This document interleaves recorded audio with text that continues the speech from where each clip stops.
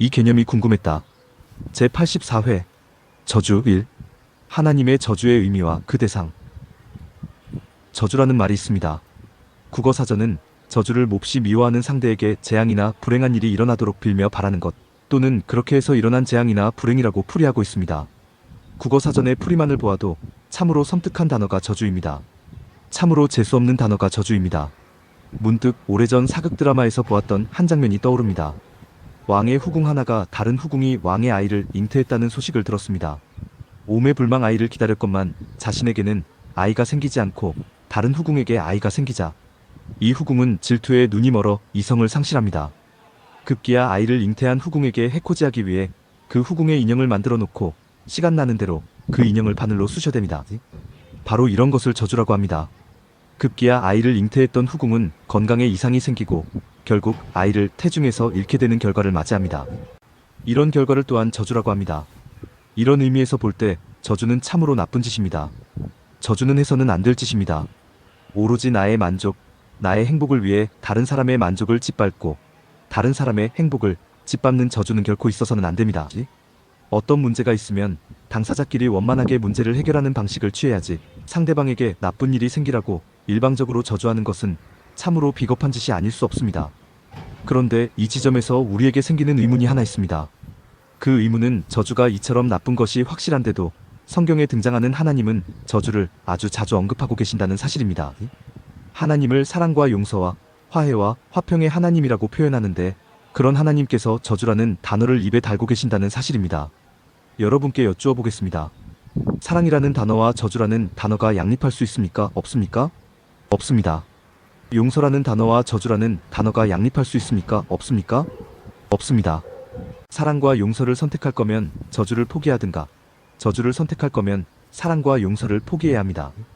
그런데 사랑과 용서와 화해와 화평의 하나님께서 저주하는 장면을 수도 없이 성경에서 목격하게 되니 도대체 이런 상황을 어떻게 이해해야 하느냐는 것입니다. 몇 가지 예를 들어보겠습니다. 창세기 12장 3절 너를 축복하는 자에게는 내가 복을 내리고 너를 저주하는 자에게는 내가 저주하리니 땅의 모든 족속이 너로 말미암아 복을 얻을 것이라라는 하나님의 말씀이 있습니다. 하나님께서 아브라함에게 하신 말씀으로 아브라함을 저주하는 사람들에게 하나님께서 저주를 내리시겠다는 의미의 말씀입니다. 이런 하나님을 사랑의 하나님이라고 할 수 있습니까? 이런 하나님을 은혜의 하나님이라고 할 수 있습니까? 이런 하나님을 용서의 하나님이라고 할 수 있습니까? 이런 하나님을 온 인류의 하나님이라고 할 수 있습니까? 할 수 없습니다. 하나님은 오직 아브라함의 하나님만 되실 뿐이고 하나님은 오직 저주의 하나님만 되실 뿐입니다.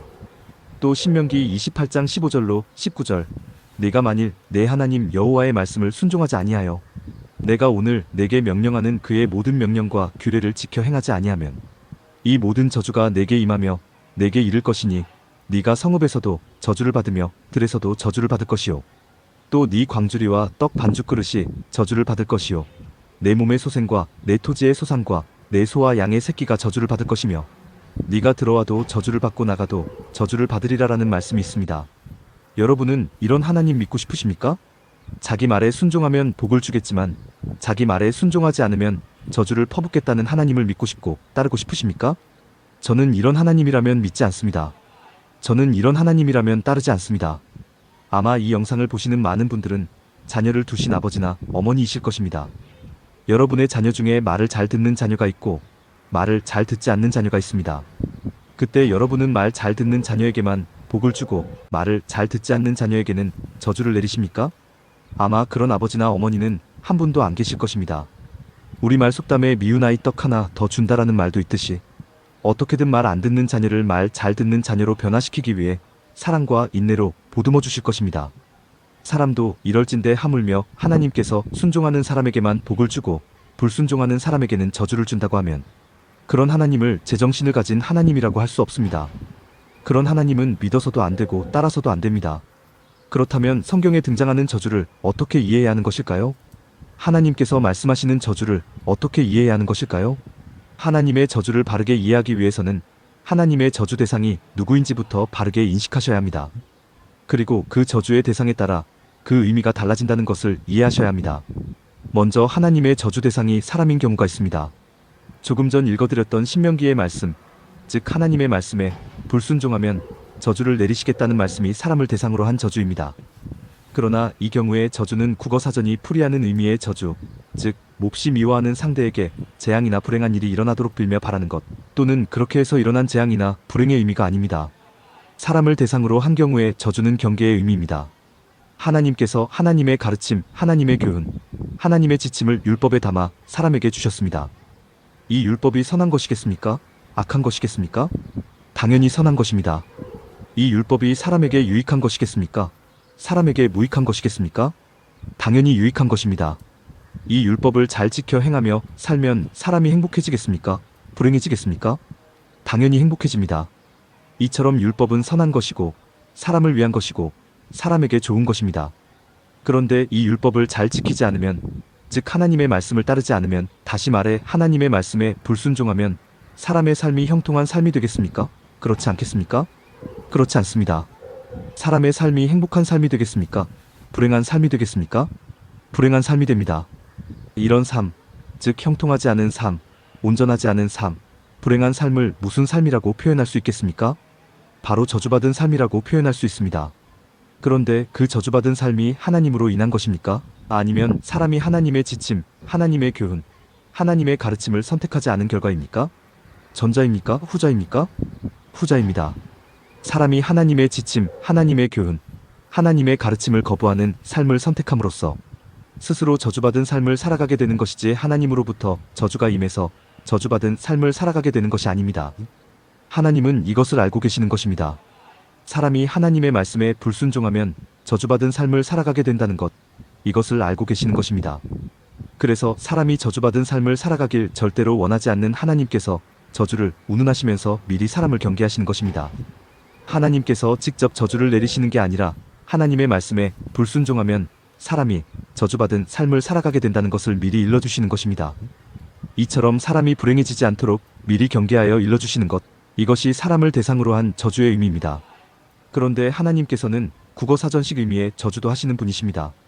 몹시 미워하는 상대에게 재앙이나 불행한 일이 일어나도록 빌며 바라는 것, 또는 그렇게 해서 일어난 재앙이나 불행이라는 국어사전식의 저주도 하시는 분이십니다. 이때의 저주 대상은 누구일까요? 이때의 저주 대상은 바로 죄입니다. 사단이요 마귀입니다.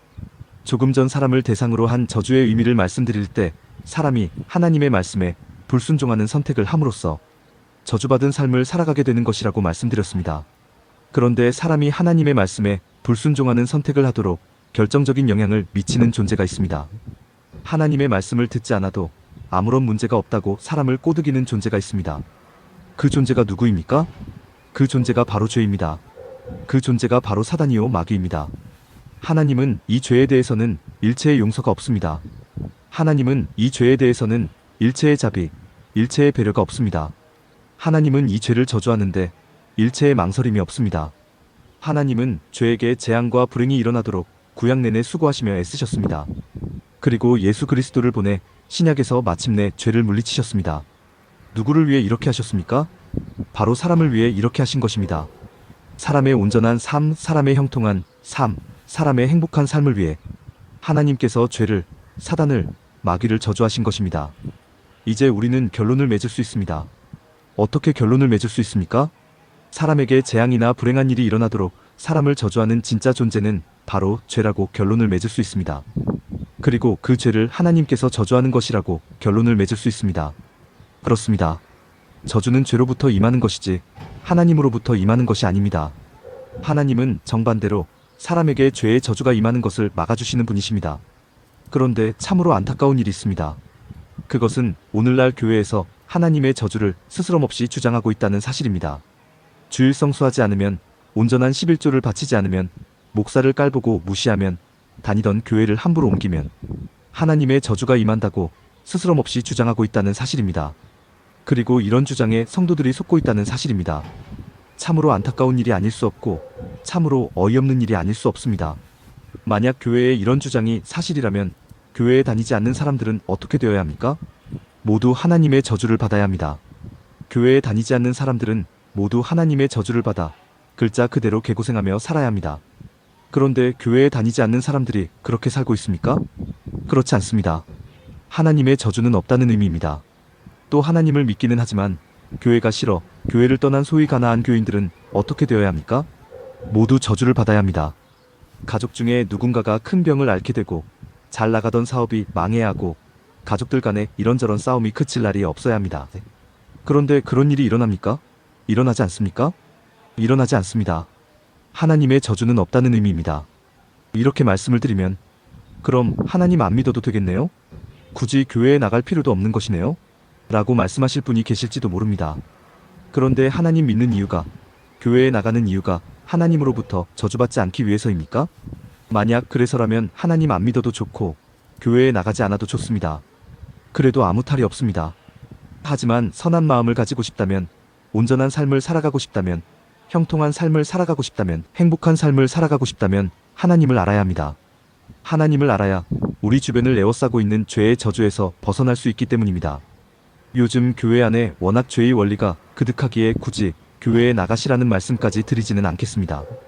그러나 성경을 많이 읽고 성경을 바르게 배워서 하나님을 알아가시는 데에는 소홀하지 않았으면 정말 좋겠습니다. 행복한 삶을 살기 위해서는 무엇보다 하나님의 심정과 마음, 하나님의 성품과 속성, 하나님의 가치와 원리를 바르게 알아야 한다는 것을 꼭 기억해 주셨으면 정말 좋겠습니다. 오늘 내용에 공감하셨다면 구독과 좋아요, 알림 설정 부탁드립니다. 하나님의 말씀을 바르게 전하는데 큰 도움이 될 것입니다. 평등하고 공정하며 정의롭고 행복한 세상을 이루는데 큰 도움이 될 것입니다.